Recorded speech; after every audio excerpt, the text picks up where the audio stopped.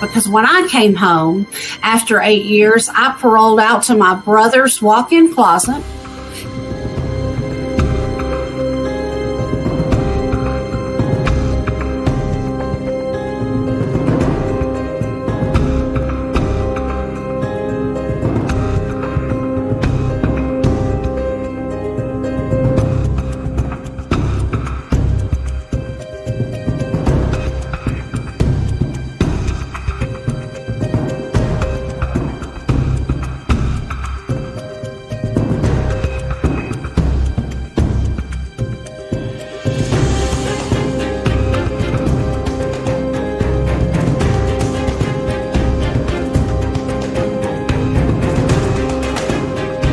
I still got 3 years of parole left.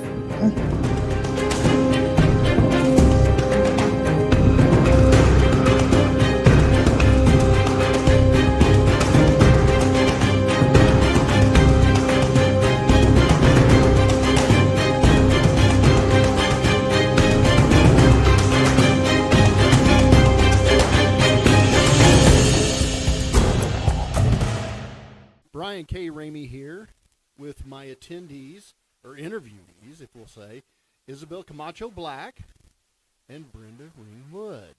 Whoop, whoop. Hello, everybody. Well, we got some great news today. So, Isabel, tell me a little bit how you got involved with Felon to Fabulous. I want to know the good news. You said you had good news. I'm here. What's good news for him, bad news for the rest of us. Absolutely. So how did I get started from Felon to Fabulous? It all started with becoming the better you for me. So I met Brenda Ringwood in 2022, and she was 2021? Yep. So I met Brenda Ringwood, the professor of change, December of 2021, and went to my first BTBY conference in February of 2022. And that's when I got to see that BTBY extended out to so many other wonderful things, and from Felon to Fabulous being one of them. Okay, so Brenda, why Felon to Fabulous? Because I was hiding. Hiding? Hiding from what? Well, I had been to prison, and I had been out not too long, and I wanted to make a difference, but I didn't quite know how to do that. So I was just interviewing. And as long as we talked about their story, I was okay with that. But I didn't want to talk about my story. So, to my understanding, we start a show based on a fear of talking about a past. Pretty much. And so now we're here. So how do you feel about that now? Oh, I'm embracing it now. But see, the thing was it didn't even have a name. It was just a show. It was just a show. Interesting. So why Felon to Fabulous? You guys can go look at my YouTube. We're pretty bad. So why Felon to Fabulous? Because I am a felon, and I'm also fabulous. But I had to go through the process. So it's Felon, Fabulous. From Felon to Fabulous. Because it's a journey. I just didn't walk out of prison and become fabulous. Although it was in me, I didn't think I was fabulous. Okay. Well, the great thing about this is that I knew Brenda prior to becoming a felon, and I knew a different side of Brenda. I'm so sorry. But I don't know that it was a different side. I just thought you were who you are, and I didn't see the felon part about it. And I don't even regard you that way as you have seen yourself now. And that's exactly why we do the show, because we want people who are felons to see themselves as just another person, a fabulous person. So, Isabel, what have you seen through the changes since this has been going on for, 3 years now, 4 years now? What changes have you seen through this whole process? Can you be a little more specific? Changes as far as the show from Felon to Fabulous, changes in Bren, or, because I guess I can touch on both. What I've seen change from within the show is the confidence level, right? People see the type of show that we host, the type of people we bring in, and the authentic space we actually hold for them, allowing them to truly tell their full story unapologetically, and know that just because they have a past doesn't mean it's going to dictate where their future goes. And it just helps inspire so much more people. I feel like at the beginning it was maybe a little taboo, right? Just like Bren, a lot of people were in hiding. A lot of people that we were meeting and interviewing, they weren't sure necessarily if they were ready to share their story. But now again, they're seeing that there's power in sharing the story since our show has been streaming now for a couple of years.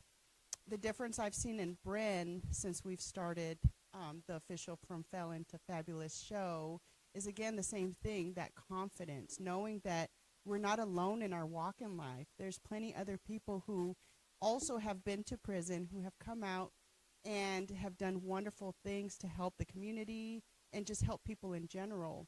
So I would say that confidence is probably the biggest change within the people we interview and in Bren. So, Brenda, the great thing about knowing you from the past and now seeing this come to fruition over these years, I've only been a part of this for a short period of time of actually watching some of the attendees show up, and the connection. What type of connection do you feel that you have now since you've changed your mindset around that? What kind of connection do you have now to these previous felons? I see them as a person and not as a felon.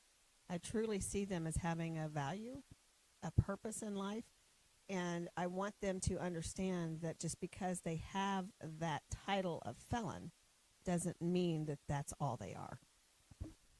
I guess one of the interesting things about me, we interviewed somebody a couple days ago, and I would have never thought that person was a felon. Of course, that's We how I don't regard have a you. look. We don't have a look. It doesn't discriminate. That's true, but I think in some people's minds in the audience, they have a premeditated image in their mind of what a felon should look like. And I would agree with you on that. A lot of people think there's a certain look to being a felon. And to those people, I challenge you because like we always say on the show, just because you haven't been to prison doesn't mean that you're not in jail, incarcerated in one way, shape, or form. So a lot of times those people who carry those types of judgments or biases is a lot of times because they themselves may be entrapped in some way of thinking. So we just like to encourage people to check us out, get to know the people that we are interviewing, get to know your community, right? We're living amongst them, and they don't have a look, and they deserve that second chance, and they deserve to be accepted in society and given opportunities no different than you and I, Brian. What's interesting about that, thank you, I appreciate you sharing that, because a lot of people's image of what they premeditate in their mind of what a felon would look like or should look like, and then I've seen the people come in and actually share their stories. It's enlightening, like, wow, how we premeditate in our mind what this image should be and what it's not accurate. But one of the things that hit me the other day is when somebody says something to Brenda, you're not a con anymore. And I said, I'm not a felon anymore. Yes, that is correct. I apologize if you're not a felon anymore. And then you said what? I will always be a felon because society views anybody that's done anything wrong that's been to prison as a felon. And you made the statement, what does ex-con mean? That's right. Ex-con, we're labeled. We were a convict, and now you are an ex-con, which means you're still the ex-wife, the ex-husband, the ex-this, the ex-that, which means you once were. It's still a label. And the great thing about that, I think it challenged that individual, even myself and others around them, to really take a look at what their opinions are, or how they base their factual evidence on, and how they see other people. And I could see them pondering in their mind, well, how do I really see her then? Well, we're all an ex something. Absolutely. We're That's all very an ex important. something. We're an ex-teenager. We're an ex-girlfriend, ex-boyfriend, ex-something. You know, ex-insert here, because we've all done something that we don't do anymore, or that we wish we weren't part of, but we've made the decision to not be that anymore. So we're still an X something. And I think it's important to also note that, the things that we've done, there's something within us that allowed us to make those decisions, right? That drove us to do certain things, make decisions, act a certain way. And it's important to know that that part of us never leaves, right? It's not about trying to become somebody new. It's about crafting who you truly are and learning to be in charge of your actions, your thought process, right? What you're feeding your mind and what you're saying. Who you hang around. So, as far as an ex, yes, we're all ex something. And it's not about trying to forget it or pretend we're not that person. We're always that people. That version of you is always waiting for the right opportunity. But when you choose to become better, right, BTBY, you're choosing to be in control of who you are and be in control of your actions. And that means controlling what you say, controlling where you go, controlling who you hang with, controlling what you listen to, controlling what you watch, controlling what you eat, controlling what you feed your mind. It is a process. It is a journey. Well, I think society as a whole uses a term like a shift in your brain or a mindset transition in your brain, but I think we use it in a way that's almost flippant. And I think that also applies to the ex-con, from Felon to Fabulous. We have these images in our mind that maybe we can never escape this, that doesn't allow that true, what I would say, the true shift in your brain to move around and experience the new you. I'm an advocate of, just like when you're making a change in your body, you're never going to be what you were when you were 20. You're never going to be what you were when you were in prison, right? You're making changes, leaps and bounds. I mean, you go from Felon, still an ex-con, to now what are you doing? We're changing lives is what we're doing. That's why I'm called the professor of change. So, and I tell people I'm not a motivational speaker. I'm a professional change maker, and there is a difference. And I just got introduced the other day on a major stage with a major group of people, and how they introduced me. Well, they did introduce you as an ex-con. Convicted Felon was the title that I was at that day. So the title still followed the journey that you're on, but I think it's fantastic that you're embracing that, because you're not allowing it like you were to set you back when you created this. You didn't allow yourself to continue to hide behind a wall. And I know Isabel has also seen those changes in you, as long as some of the other staff members.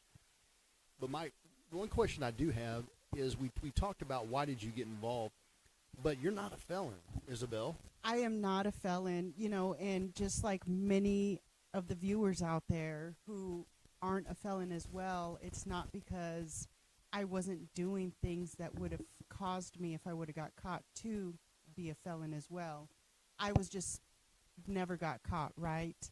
However, I do come from a family, both my parents, my sister, my brother, everyone in my circle is pretty much a ex-felon.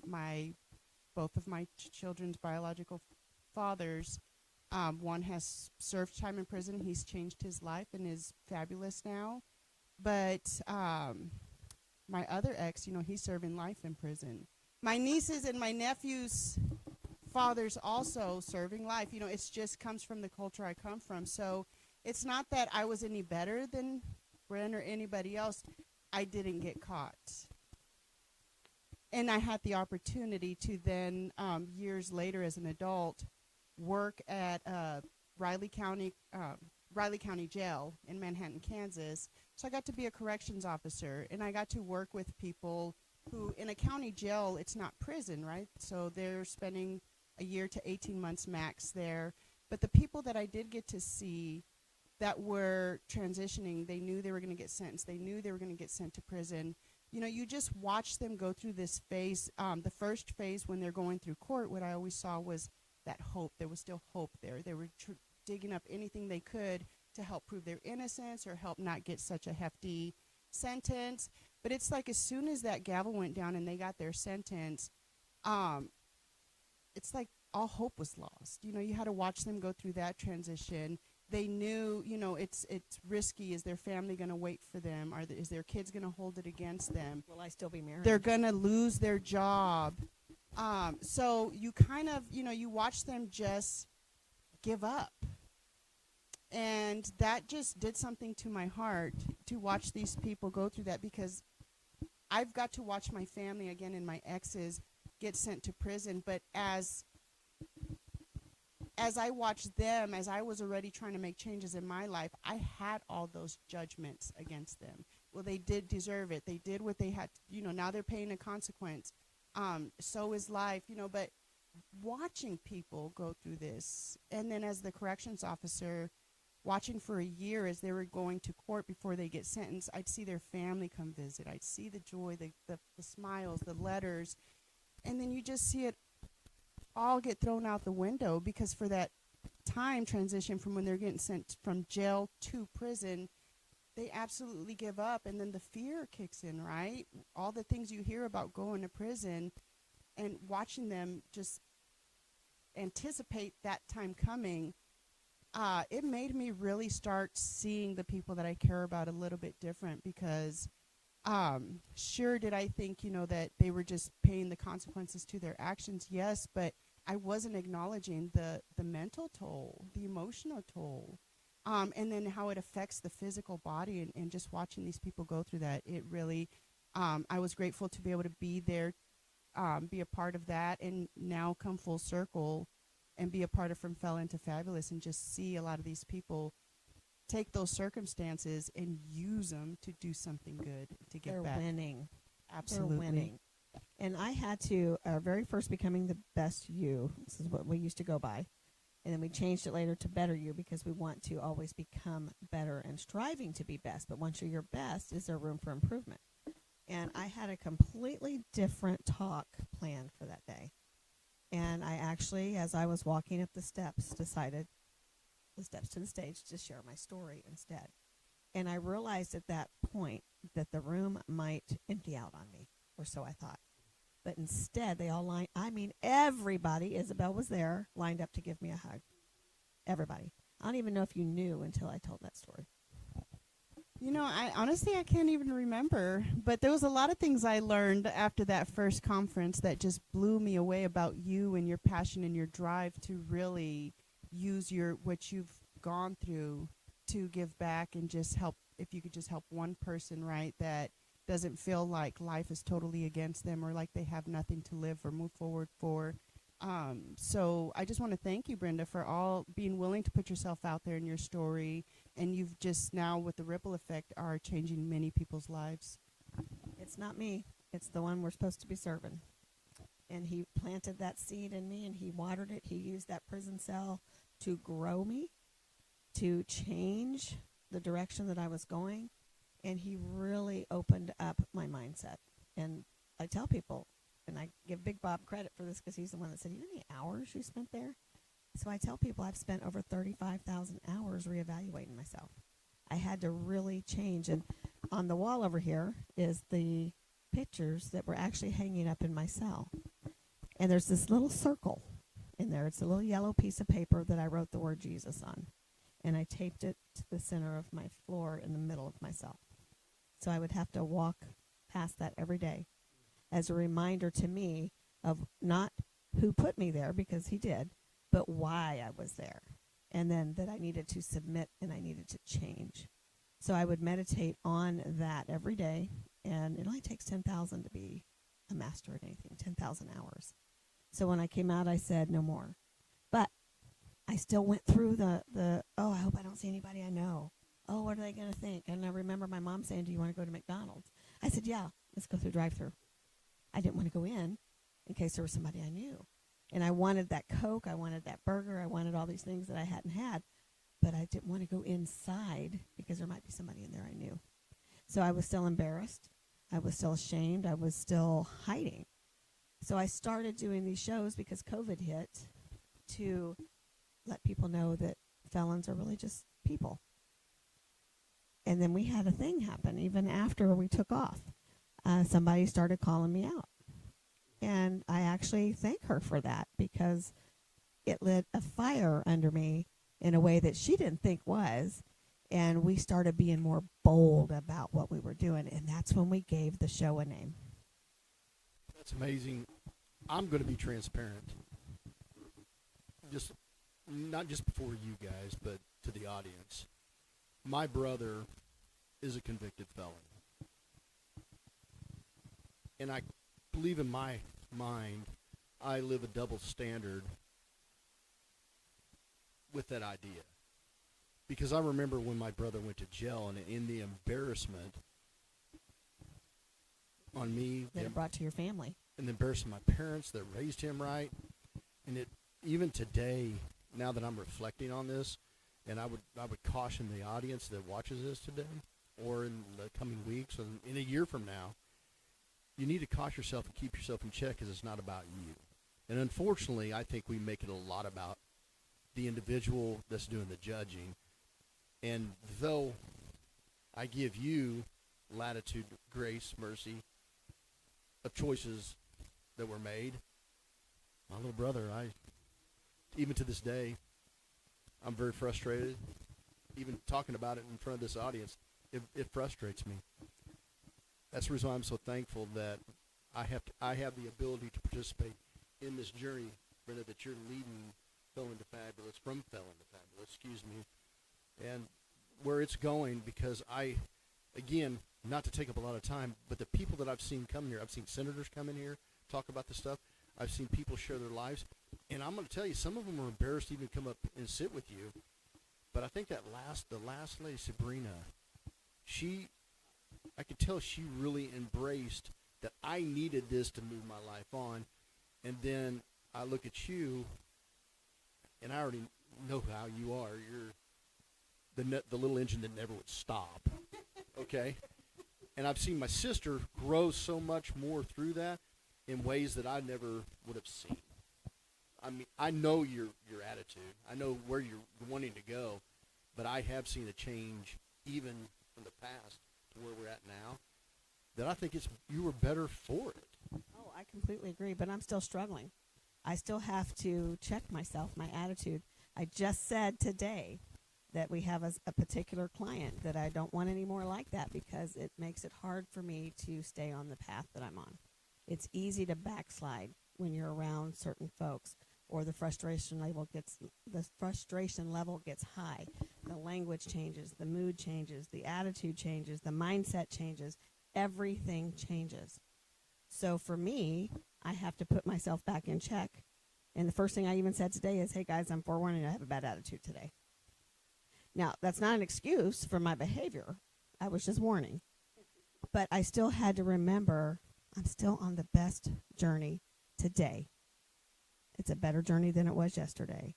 And every day I'm becoming better. And the only person that I am better than is the person I was yesterday. We have two sides of the coin, or really three sides of the coin that we're looking at here today when there's only two. You have Isabel, who's never been to jail, or let me rephrase that, has never been a convicted felon. No, I'm not a convicted felon. Right, because I've also been to jail. I'll admit that. It wasn't my fault, but anyways, that's what they say in jail. Three jailbirds? Yeah. Anyways, I see your side of the coin and where you have come through that as somebody who was actually viewing and witnessing inmates make transitions in their life. And then we have Brenda, who's leading the cause for this. And then what this is a cause. She's giving these men and women a voice to actually communicate to the rest of those in society that are in the same predicament that she was in, or what you saw and what I have viewed myself, and you're actually giving them a platform to communicate. Share their story. And we go back to becoming the better you, how it changes.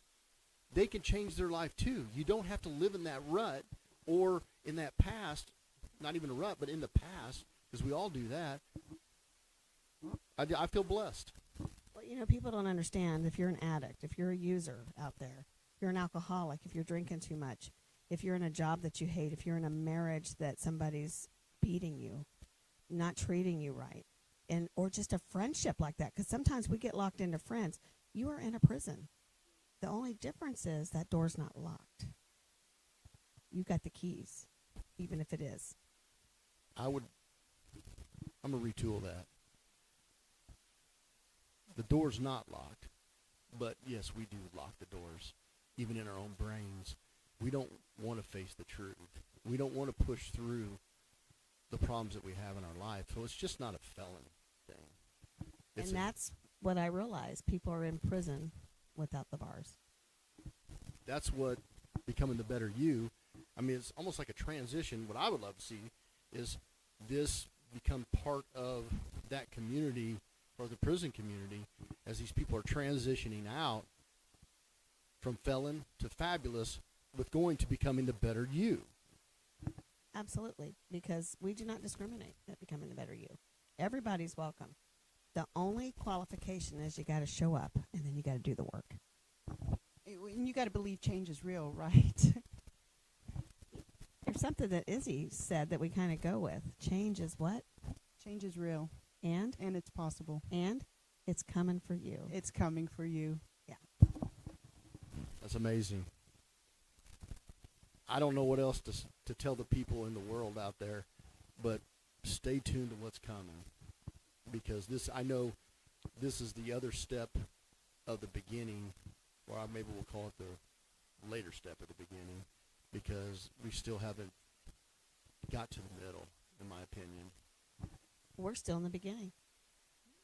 We're still in the beginning, but we're seeing changes. We're seeing doors open. We are seeing doors close, because sometimes they need to close. We're seeing platforms open, but we are being welcomed into communities that we would have never thought possible. So anybody out there, if you are a felon, if you have a family member that's a felon, if you have a friend that's a felon, give them some room to grow. Please reach out to Brenda Ringwood. What is the website for Felon to Fabulous? From felontofabulous.com. There you go. It's very simple, people. And those people, they need to go on their own journey as well. Do you have any other things that you'd like to share, Isabel? Yeah, I would just like to go ahead and remind everybody that From Felon to Fabulous isn't just for people who already have that fabulous story. I suggest anybody who's been to prison, have that felony word attached to them. Tune in. If you don't feel like you've reached that fabulous stage, just tune in. We have a community of people, mentors, people who have been to prison, and they're already doing great things all throughout the United States, all throughout the world. So if you want to break through that threshold of releasing that label of felon or turning that F into fabulous, reach out to us, because we have a community of people wanting to help you. We sure do, and I'm gonna end on this. So before prison, yes, I had money. Yes, I had a thriving business. Yes, I had relationships, and I had the family and was a pillar in the community. But what I didn't have was real friends. What I didn't have was real relationships. What I didn't have was the ability to make change, because I was too bothered to help other people in their lives that was neglecting my own. I was a people pleaser. So therefore, I wasn't happy. And the minute that I couldn't give them something, they were out. So keep that in mind. Are those your people? Before we end it, the one thing I would say with that last statement is the change that I've seen, how you help people, not the pleaser, but how you are genuinely pouring into people, like with this Felon to Fabulous, it's a total different pivot from where you used to be on the pleaser side, because I will admit, there are a lot of times that you were trying to just please people, but there has been a huge transition in your life. One thing that I would like to see, because my brother is a felon, I like to see sometime in the future and maybe this is a big ask, and don't mean to put Brenda on the spot by doing this. That answer is yes. I would I like second it. I would like to see some people who have felt challenged by this, from felon to fabulous, that mindset that my family member was a felon. I would like to see them also have their journey through this explained, so that way they can share the transitions they had to go through. Like I shared today, I had to be transparent. I got to admit, I'm double standard. It's important. They need that push through as well, because believe it or not, I know your family. You do know my family. I guarantee you, if it wasn't minute by minute, hour by hour, they felt it. They did, and they felt the shame too. They felt everything that happened. So it's not just the person who's the felon that goes through it, but the people on the outside who go through that. Imagine what your loved one is also going through that is the felon. Because now they have betrayed you. They have let you down. Now they've caused a curse on the family. Their lives have been ripped apart, and they have the blame that it's all their fault. And as a man, I'm going to tell you right now, I know your husband, and I know your father.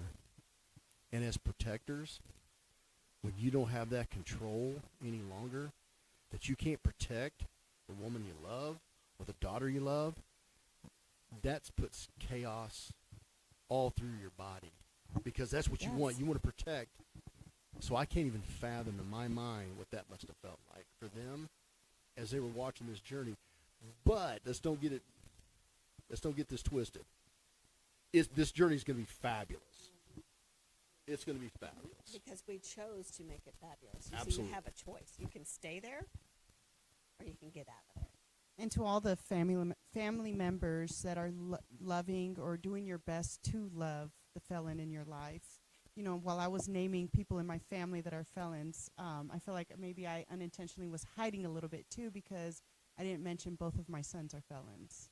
And I had to learn, you know, Brian, you know, give yourself grace, because as the family members to the felons, it's not always going to be us that's going to say that big thing to them or make them feel seen or heard or make them be inspired to go out and make change in their life or free themselves from whatever captivity they're in. I had to get out of the way so that God could use the people he needed to use that were going to come make a difference in my children's life. And the same, you know, I feel like with Bren or even your brother. So it's not always, sometimes it's harder for the family members to be the ones to spark change in the person. But it's okay, right? We trust, and we know that there's good communities out there like the From Felon to Fabulous, like Becoming the Better You, like Activate Your Power Now, that does make space for these people, if they're ready, to come in and start sparking change in their own life. Absolutely. The other thing that I want everybody to really focus on is that everybody's made mistakes. We've all made mistakes. But when I shared my story for the first time at our very first event, which was Becoming the Best You event at the time, Isabel's husband was there. And he went and he bought me this beautiful pair of butterfly earrings, because he said, I see the change. And he had just met me. All I can say really at this time, and I know this is wow. Stay tuned for more to come. I mean, my hope is one day you have your dream, but it's syndicated. That this is taken out there and abroad. That no matter what, it's going to be, the viewership is going to be so huge, and it's going to mean so much to everybody else's lives, that it's going to be not just an impact for the felon, but impact the families around that, and they can free themselves from any kind of burden that, quite frankly, they're the ones putting themselves under. They really are. Let it go. Let it go. Isabel, do you have any other things? Other than thank you for this great interview, Brian, and thank you again, Bren, for everything you're doing to help heal humanity. Well, we have a team. It's not just me. We have a team. So stay tuned. go on over to FromFelonToFabulous.com, see what's going on. Stay tuned for the next episode. You can watch them on E360 TV, Facebook, LinkedIn, YouTube, and on the website. Thank you for tuning in, and look forward to seeing you in the future. Bye, guys.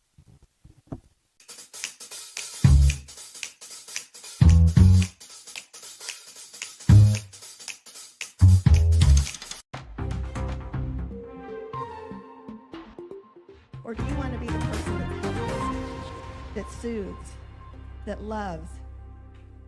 Because you can still stand tall and be as big as you want to be when you are this person.